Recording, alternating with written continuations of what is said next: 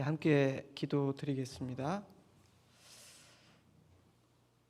참 좋으신 하나님 아버지, 이 새벽 아버지 앞에 예배드릴 수 있음을 감사드립니다. 우리의 소망을 하나님께 두는 인생 되게 하심을 감사드립니다.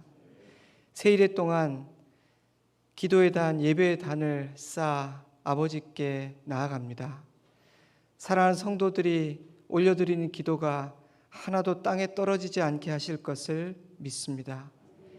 주님을 만나게 하시고 주님의 어루만짐을 경험하게 하사 마음의 무거운 것들이 놓여지게 하시고 상한 것들이 치유되게 하시며 새 소망을 갖게 하여 주옵소서.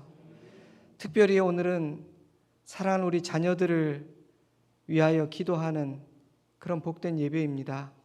이 어려운 때에 주님 우리 자녀들의 목자가 되어주시고 소망이 되어주시기를 간절히 구합니다. 인생의 풍랑이 오고 비바람이 불 때마다 하나님을 피난처로 삼을 수 있는 우리 자녀들이 되게 하시고 한없이 나를 사랑하시는 그 아버지의 사랑을 느끼고 그 안에 거하는 복을 누리게 하여 주시옵소서. 이 아침 말씀을 기다립니다. 듣고 깨닫게 하시고 이 말씀이 우리를 살리고 주님이 원하시는 그 믿음이 우리에게 있게 하여 주옵소서. 예수님 이름으로 기도드리옵나이다. 아멘. 창세기 12장 1절 말씀입니다. 여호와께서 아브라함에게 이르시되 너는 너의 고향과 친척과 아버지의 집을 떠나 내가 내게 보여줄 땅으로 가라.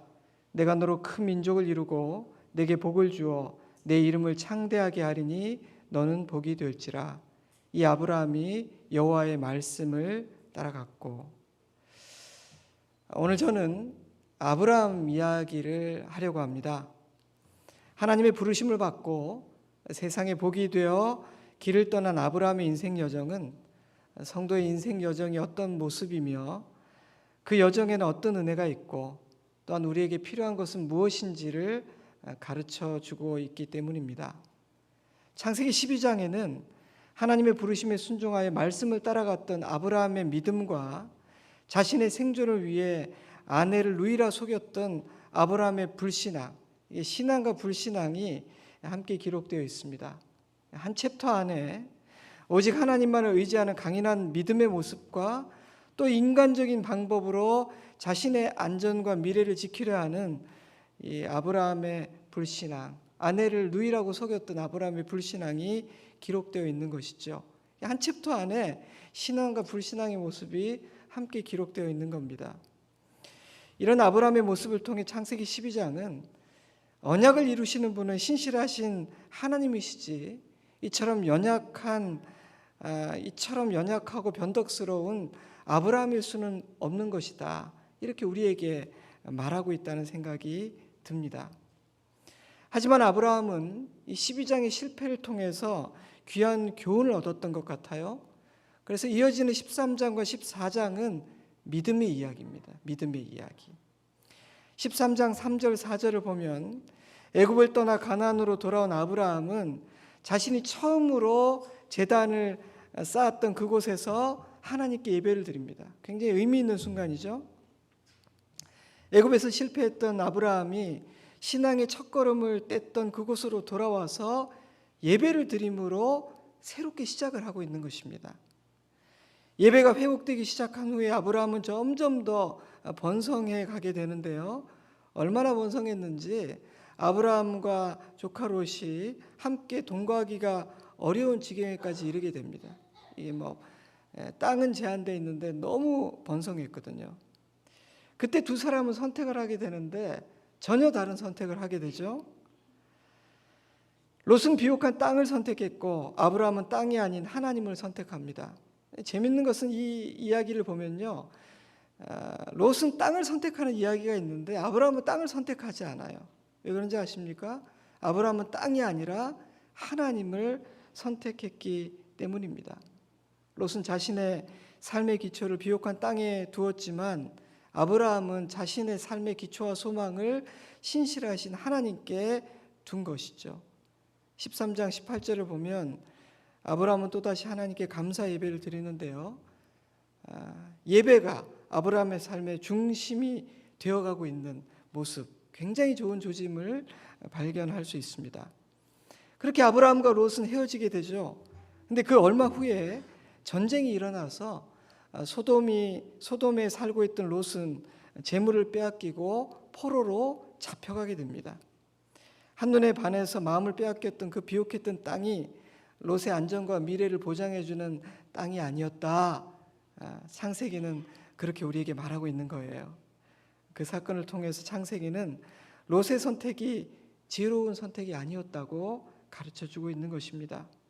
그 소식을 들은 아브라함은요, 자신의 사병 318명을 데리고 가서 네 왕의 동맹으로 이루어진 이 동쪽 연합군을 무찌르고 조카 롯을 구해내게 되죠. 여러분, 한 가정의 사병과 네 나라의 군대, 쉽지 않은 싸움이었을 것 같은데 굉장히 손쉽게 이긴 것을 보면 이 전쟁에 하나님께서 아브라함의 편이 되어주시고 그와 함께 하셨던 것이 분명합니다. 아브라함을 부르실 때 하나님은 너는 복이 될 것이다, 너를 통해서 세상이 복을 받을 것이다 약속하셨는데, 아브라함은 하나님 말씀 그대로 롯의 구원자가 되고 소돔의 복이 된 것입니다. 롯을 구해서 돌아오는 길에 아브라함은 소돔의 왕을 만나게 되는데요, 이 14장 21절을 보면 소돔 왕은 자신의 대적들을 물리쳐준 아브라함을 진심으로 환영하면서 사람만 돌려주고 빼앗은 모든 재물은 네가 가지라고 그렇게 이야기합니다. 그때 아브라함은 이렇게 대답하죠. 아브라함이 소돔 왕에게 이르되 내 말이 내가 아브라함으로 치부하게 하였다 할까 하여 내게 속한 것은 실 한 오락이나 들매끈 한 가닥도 내가 가지지 아니하리라. 아브라함은 소돔 왕의 제안을 단칼에 거절했습니다. 상당히 달콤한 제안이었을 텐데요, 거절을 해요. 저는 그때 롯과 헤어질 때 땅을 선택하지 않고 하나님을 선택한 것처럼 또다시 아브라함이 하나님을 선택하고 있는 것이구나 라는 생각이 들었습니다. 자, 여러분, 이런 배경 아래에서 오늘 읽은 창세기 15장 말씀이 주어지는 겁니다. 15장 이렇게 시작되죠. 이후에 하나님의 말씀이 환상 중에 아브라함에게 임하여 이르시되 아브라함아 두려워하지 말라, 나는 내 방패요 너의 지극히 큰 상급이니라. 이후에, 이런 일들이 있은 후에 라는 뜻이죠.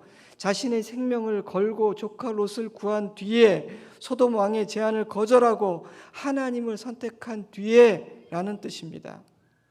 때문에 저는요, 이어지는 이 15장의 하나님의 축복은 아브라함의 믿음의 선택에 대한 하나님의 상이라고 생각해요. 지금 하나님이 상을 주고 계신 거예요. 물론 아브라함은 무엇인가를 기대하면서 하나님을 선택하고 믿음으로 행동한 것은 아닙니다. 쉽게 말하자면 내가 이렇게 행동을 하면 하나님께서 이런 복을 주시지 않을까, 이런 생각으로 했던 행동이 아니라는 것이죠. 여러분, 믿음이 자라고 영적으로 철이 들고 성숙해져 가면요, 믿음과 순종 그 자체가 즐거워지고 하나님을 기쁘시게 하는 것 자체가 순종의 이유가 됩니다. 아멘. 순종에 따라올 보상과 복이 순종의 궁극적인 이유가 되지 않는다는 뜻이에요. 순종의 과정 그 자체가 기쁨이 되고 믿음으로 사는 것 자체가 우리에게 너무도 자연스러운 일이 되기 때문입니다. 하지만 하나님은 설사 우리가 뭔가를 바라고 순종한 것이 아니라 할지라도 하나님은 사랑하는 당신의 자녀들이 믿음으로 행동하면 절대로 그냥 넘어가는 분이 아니라는 것을 우리는 성경을 통해서 확인하게 됩니다. 상을 주십니다. 선물을 주십니다. 은혜를 주십니다. 격려해 주십니다. 약속을 주십니다. 말씀을 주십니다. 너무나 기특하기 때문에 저절로 하게 되는 자녀를 사랑하는 아버지의 자연스러운 반응이라고 저는 생각해요. 그럴 때에는 아이고 아버지, 이런 걸 바란 게 아닌데요, 이렇게 하시면 저의 믿음과 순종이 퇴색되어 버리니까 이렇게 하지 마세요. 상 주지 마십시오. 여러분, 부디 이렇게 반응하지 마시기를 바라요. 감사히 받으십시오. 기뻐하십시오. 그 은혜를 마음껏 누리시기를 바랍니다. 그러면요, 그 기뻐하는 자녀를 보는 아버지의 마음은 더 큰 기쁨으로 충만하게 돼요. 부끄러운 이야기지만 저는 참 그런 걸 잘 못했던 사람인 것 같습니다. 하나님께서 은혜를 주시는 선물들과 격려들을 감사함으로 받아 누리고 기뻐하고 그러지를 못하고요. 이런 사랑과 이런 은혜를 내가 받아도 되는가? 자격이 있는가? 이런 생각을 참 많이 했던 것 같습니다. 하지만 하나님의 마음을 알고 우리 아버지를 알아가면서 조금씩 달라지게 되는 것 같아요. 지금은요, 그냥 주시면 감사함으로 받고 기쁨으로 주님을 찬양하고 그 은혜를 누리는 법을 알아가고 있어요. 그 은혜 안에서 사는 법을 배워가고 있는 것 같습니다. 그것이 복음이 주는 자유인 것 같아요. 저는 이 15장은 아브라함의 믿음을 기뻐하신 하나님께서 그에게 주시는 큰 상이라고 생각합니다. 하나님은 아브라함을 찾아와서 이렇게 말씀하셨어요. 아브라함아, 두려워하지 말라. Do not be afraid. 나는 내 방패요 너의 지극히 큰 상급이니라. I'm your shield, your very great reward. 근데 저에게는 이 말씀 중에 두려워하지 말라는 말씀이 좀 이해가 안 되더라고요. 왜냐하면 4명의 왕 그 연합군과 용감히 맞서 싸워 이긴 아브라함 아닙니까? 소돔 왕의 재물을 단칼에 거절한 믿음의 사람 아닙니까? 근데 그런 그에게 찾아오셔서 첫 마디가 두려워하지 말라는 거 좀 이상하지 않습니까? 14장의 아브라함은 아무리 봐도요, 이 두려움이라고는 찾아볼 수 없을 것 같은, 두려움 없을 것 같은 믿음의 사람으로 보이는데 왜 하나님은 두려워하지 말라고 말씀하신 걸까요? 하나님의 아브라함의 중심을 꿰뚫어 보고 계신 하나님의 눈에는 그의 두려움이 보였던 것 같아요. 그의 안에 남아있는, 사람은 볼 수 없는, 또한 장차 그에게 닥칠 믿음의 위기와 시련들을 보고 계신 하나님에게는 그의 두려움이 예상되었기 때문이기도 한 것 같습니다. 때문에 우리 하나님은요, 자신이 물리친 그 왕들의 보복에 대한 두려움을 가진 아브라함에게 나는 너의 방패라고 말씀하십니다. 많은 식솔들을 거느린 가장인 그에게는 미래의 모든 필요들에 대한 두려움이 있었을 것이기에 하나님은 나는 너의 상급이라고 말씀하십니다. 사랑하는 성도 여러분, 믿음의 행동은 두려움이 전혀 없기 때문에 하는 행동이 아닙니다. 대부분의 경우 믿음의 행동이란 것은요, 두려움이 있음에도 불구하고 순종하는 것이고요, 때로는 손발이 덜덜 떨리기도 하지만 그래도 하나님 한 분을 믿기 때문에 주님을 따르는 행동, 그것이 믿음입니다. 때문에 하나님은 우리가 믿음으로 행할 때 굉장히 기특해 하십니다. 너무 두려울 텐데, 겁이 났을 텐데 나를 믿고 순종하다니 진짜 대견하구나 생각하시기 때문입니다.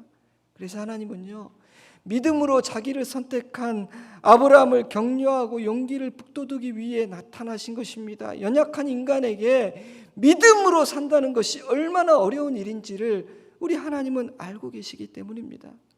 그래서 이렇게 말씀하시는 거예요. 참 잘했다. 아브라함 아무 걱정하지 마. 내가 너를 지켜줄게. 네가 거절한 그 소돔의 재물보다 내가 너를 위해 준비한 상이 훨씬 큰 것이다. 아멘. 사랑하는 성도 여러분, 우리 하나님을요, 너 왜 그거밖에 못해? 비난하고 혼내는 분으로 생각하지 마시기 바랍니다. 하나님은 격려하시고 위로하시고 세워주시고 우리의 믿음을 굳건하게 하시는 분이십니다. 근데 그런 하나님의 격려의 말씀 앞에서 아브라함은 어떻게 반응했습니까? 뜻밖에도 아브라함은 하나님의 말씀을 믿음으로 받지 못했습니다. 15장 2절과 3절을 보면 아브라함은 말씀은 참 감사하지만 저는 자식이 없기 때문에 저의 종 엘리에셀이 나의 상속자가 될 것이라고 말했습니다. 인간의 상식으로는 맞는 말이죠. 눈에 보이는 현실적인 상황이 그랬으니까요. 그러나 하나님의 약속과는, 주신 약속과는, 본토 친척 아비집을 떠날 때 주신 약속과는 다른 생각이었죠. 그러니 지금 그 순간 하나님의 말씀과 아브라함의 생각이 충돌하고 있었던 거예요. 여러분 4절 5절을 보세요. 그런 아브라함의 대답을 들은 하나님은 너의 종이 아닌 내 몸에서 날짜가 너의 상속자가 될 것이다 말씀하시고는 그를 이끌고 밖으로 나가사 너의 자손이 셀 수 없는 무별들과 같을 것이라고 말씀하셨습니다. 시청각 교육을 하신 것이죠. 하지만 현실을 보면 여전히 단 한 명의 자녀도 없었습니다. 주신 말씀과 하나님의 약속과 내 눈에 보이는 현실과 상황이 전혀 달랐던 것이죠. 여러분 같으면 어떤 마음이 들 것 같아요? 하나님 말씀 믿을 수 있겠습니까? 아이고, 하나님 무별은 됐고요, 그냥 자식 하나만 주셔도 뭐 괜찮을 것 같습니다. 이런 생각이 들지 않겠습니까? 근데 놀랍게도 아브라함은 믿었습니다. 15장 6절입니다. 아브라함이 여호와를 믿으니 여호와께서 이를 그의 의로 여기시고. 여러분, 이 말씀을 주의 깊게 보세요. 하나님은 그의 어떤 행위를 의롭게 여기신 것이 아니라 여호와를 믿는 그의 믿음을 의롭게 여기셨다고 말씀하십니다. 왜 행위가 아니라 믿음을 의롭게 여기시는 걸까요? 행위로 하나님을 만족시키고 행위로 하나님 앞에 의롭다 여기심을 받을 수 있는 존재는 없기 때문입니다. 그래서 너는 의롭다가 아닌 의롭게 여기셨다, counted it, 의롭게 보아주셨다, 그런 셈 치셨다라고 표현하고 있는 거예요. 실제로 그가 행위와 인격이 완전하고 의로운 존재였던 것이 아니라 그의 믿음으로 인해서 하나님 앞에 의로운 존재로 여겨졌다는 뜻입니다. 사랑하는 성도 여러분, 무엇을 말합니까? 의롭게 되는 일과 관계하여 우리가 할 수 있는 유의미한 유일한 행동은 하나님을 믿는 것밖에 없다는 거예요. 행위와 헌신과 경건으로 우리가 하나님 앞에 의롭다 인정될 수는 없어요. 의롭게 되는 일과 관계돼서 우리가 하나님 앞에서 할 수 있는 유의미한 행위는요, 하나님을 믿는 것밖에 없습니다. 그럼 여러분, 하나님 믿는 것이 무엇입니까? 하나님의 말씀을 믿는 것입니다. 하나님의 약속을 믿는 것이고요, 하나님의 방법과 계획과 시간을 믿는 것을 의미합니다. 그날 아브라함은 그렇게 하나님을 믿었던 것이죠. 하나님은 그러한 아브라함의 믿음을 기쁘게 받으셨고 아브라함을 의롭게 여겨주셨습니다. 여러분, 이것이 죄인인 우리가 하나님 앞에서 의로운 자로 인정받을 수 있는 유일한 길입니다. 믿음이죠. 로마서 1장 17절, 복음에는 하나님의 의가 나타나서 믿음으로 믿음에 이르게 하나니 기록된 바 오직 의인은 믿음으로 말미암아 살리라 함과 같으니라. 사랑하는 성도 여러분, 의인들은요, 믿음으로 사는 것입니다. 하나님을 믿는 것이 우리의 의가 됩니다. 우리는 우리의 행위로 의롭다 인정받을 수가 없습니다. 하나님께서 우리에게 원하시는 의로움은요, 하나님을 믿는 겁니다. 그분의 약속을 믿는 것입니다. 여러분, 하나님 믿으십니까? 하나님을 믿기 때문에 하나님이 구원의 길이라고 말씀하신 그 십자가를 붙들고 복음을 의지하고 삽니까? 하나님을 믿기 때문에 하나님의 약속과 방법과 계획과 시간을 믿습니까? 그래서 소망 중에 기다릴 수 있습니까? 순종하고 믿음으로 따라갈 수 있습니까? 여러분, 우리 하나님을 믿어야 합니다. 저는 본문을 묵상하면서 믿음에 대해서 참 많은 생각을 했는데 짧은 시간이니까 믿음에 대해서 제가 두 가지만 나누고 함께 기도하기를 원합니다. 첫째로, 우리의 믿음은 정기적으로 재확인되고 강화되어야 된다는 사실입니다. 하나님은 아브라함에게 찾아와서 지금 그 일을 해주고 계신 거예요. 물론 아브라함의 믿음은 굳건합니다.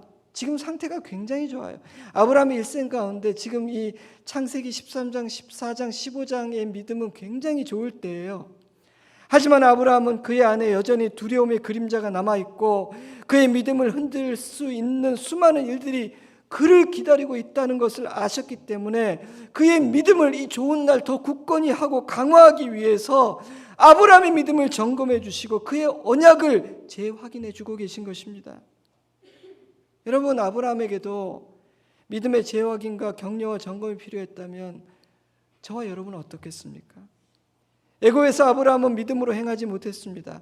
하지만 교훈을 얻고 지금은 굳건한 모습을 보이고 있습니다. 하지만 다가올 시련과 영적인 공격들 앞에서 그의 믿음은 또다시 풍랑 있는 배 위에 있는 것처럼 흔들릴 위험 앞에 서 있었습니다. 그래서 그의 믿음은 점검돼야 됐고 강화돼야 했고 약속 위에 더 굳건히 세워져야 했습니다. 그렇다면 내 믿음은 어떻겠습니까? 그러지 않아도 되겠습니까? 때문에 우리의 믿음은 정기적으로 점검되고 정기적으로 강화되어야 합니다. 정확히 말씀드리자면 날마다 이루어져야 하는 일입니다. 본문을 보면 믿지 못하던 아브라함은 하나님과의 대화를 통해 믿음이 회복되었습니다. 우리의 믿음은 하나님과의 교제를 통해서만 회복되고 강화될 수 있다는 뜻이죠. 때문에 하나님과 교제하지 않는 사람, 하나님과 멀리 있는 사람은 믿음이 점점 약해지게 되고 결국에는 믿음을 잃어버릴 수밖에 없는 것입니다. 왕년에 어떤 신앙을 가졌다 아무런 의미가 없습니다. 사랑하는 성도 여러분, 2022년 남은 한 해 동안 날마다 주님과 교제하시기 바랍니다. 그것을 여러분의 루틴으로 만드세요. 그리함으로 날마다 믿음이 새로워지고 강화되는 은혜를 누리며 사는 한 해 되시기를 주님의 이름으로 축복합니다. 둘째로 하나님께서 원하시는 그 믿음이 있어야 한다는 것입니다. 하나님이 원하시는 그 믿음. 내가 원하는 믿음이 아닌 하나님이 원하시는 믿음이 있어요. 그런 믿음 중에는 그냥 일평생 계속되는 굉장히 본질적인 차원의 믿음도 있지만 인생의 시즌마다 내가 처한 상황마다 나에게 주어진 카이로스의 시간마다 하나님께서 내게 원하시는 그런 새로운 믿음들이 있습니다. 우리는 그런 하나님의 뜻을 이해하고 내 인생의 시즌과 내가 처한 상황에 맞는 그때 하나님이 원하시는 그 믿음을 가져야 합니다. 그 믿음이 내게 있는지를 점검해야 합니다. 여러분, 아브라함에게 믿음이 없었던 것이 아니에요. 아브라함은 이미 믿음이 있었습니다. 그래서 롯에게 땅을 양보할 수도 있었고요. 소돔왕의 재물도 거절할 수 있었고요. 자기를 걸고 롯을 구하기 위해 전쟁을 치를 수도 있었던 겁니다. 여러분 지금 착각하지 마세요. 아브라함이 지금 믿음 없는 상태가 아니에요. 하지만 하나님께서 보시기에 아브라함에게 중요한 영역에서의 믿음이 없었어요. 너로 큰 민족을 이루겠다는 그 약속에 대한 믿음이 없었어요. 아브라함은 하나님을 믿고 의지하고 믿음이 있었지만 이제 내가 자식을 낳고 내 몸에서 날짜를 통해서 하나님이 약속하신 그런 일들이 이루어지겠다라는 그 약속을 포기했어요. 물론 하나님은 아브라함의 믿음의 행동들을 대견히 여기셨습니다. 하지만 그의 자손이 하늘의 별들과 같이 번성하게 할 것이라는 그 약속을 믿는 그 믿음이 아브라함에게 있기를 바라셨어요. 아브라함은 나는 제게 주신 다른 은혜들로 이미 충분히 감사하고요. 저는 하나님을 믿고 있다고 말했습니다. 아쉽기는 하지만 나의 충성스러운 종 엘리에섹을 상속자로 삼으면 되니까 걱정하지 말라고 하나님을 안심시키기도 했습니다. 하지만 하나님은 그는 너의 상속자가 아니야. 너의 몸에서 날짜가 너의 상속자다 말씀하셨습니다. 바로 그것이 그때 하나님이 아브라함에게서 보기를 원하는 믿음이었다는 것이죠. 사랑하는 성도 여러분, 하나님께서 지금 나에게 원하시는 믿음, 우리 가정에 원하시는 믿음은 무엇이라고 생각하십니까? 그래서는 안 되는데 포기해버린 기도는 없습니까? 잃어버린 믿음은 없나요? 물론 이 새벽 예배 자리에 있는 여러분은 믿음이 있는 사람들이 분명합니다. 하지만 물어보세요. 하나님이 지금 내게 원하시는 믿음은 무엇일까? 나에게 우리 가정에 그 믿음이 있을까? 사랑하는 성도 여러분, 하나님이 원하시는 그 믿음을 회복하시기 바랍니다. 그 믿음이 무엇인지 하나님께 물어보시기 바랍니다. 말씀을 읽고 깊이 묵상하며 하나님의 마음을 깨달으시기 바랍니다. 하나님은 마지막 때 우리에게 하나님께서 원하시는 바로 그 믿음이 있기를 바라십니다. 아브라함이 하나님을 믿자 아브라함은 이렇게 말씀하십니다. 하나님은 이렇게 말씀하십니다. 나는 이 땅을 내게 주어 소유를 삼게 하려고 너를 갈대아인의 우르에서 이끌어낸 여호와니라. 나는 여호와니라. 하나님은 자신이 누구이신지를 밝히심으로 이 말씀을 끝내요. 봐라 하면서 갑자기 기적을 베푸시는 게 아니라 나는 여호와다 라는 걸 밝히심으로 이 말씀을 매듭 지으세요. 왜 그런지 아십니까? 믿음의 본질은요, 하나님이 누구이신지를 아는 것이거든. 하나님을 아는 것이 믿음의 뿌리예요. 말씀하시는 분이 누구이신지는 결국 그가 하는 말의 권위가 되죠. 이번 달 월세를 내가 받지 않겠습니까? 당신 누군데 그런 말을 하세요? 나요? 집 주인인데. 여러분, 말하는 자가 누구인지에 따라 말의 권위는 전혀 달라지는 것입니다. 사랑하는 성도 여러분, 오늘 이 아침 나에게 말씀하시는 분, 약속하시는 분이 하나님이심을 잊지 마시기 바랍니다. 그분은 전지전능하시고 신실하시고 우리를 사랑하시는 아버지십니다.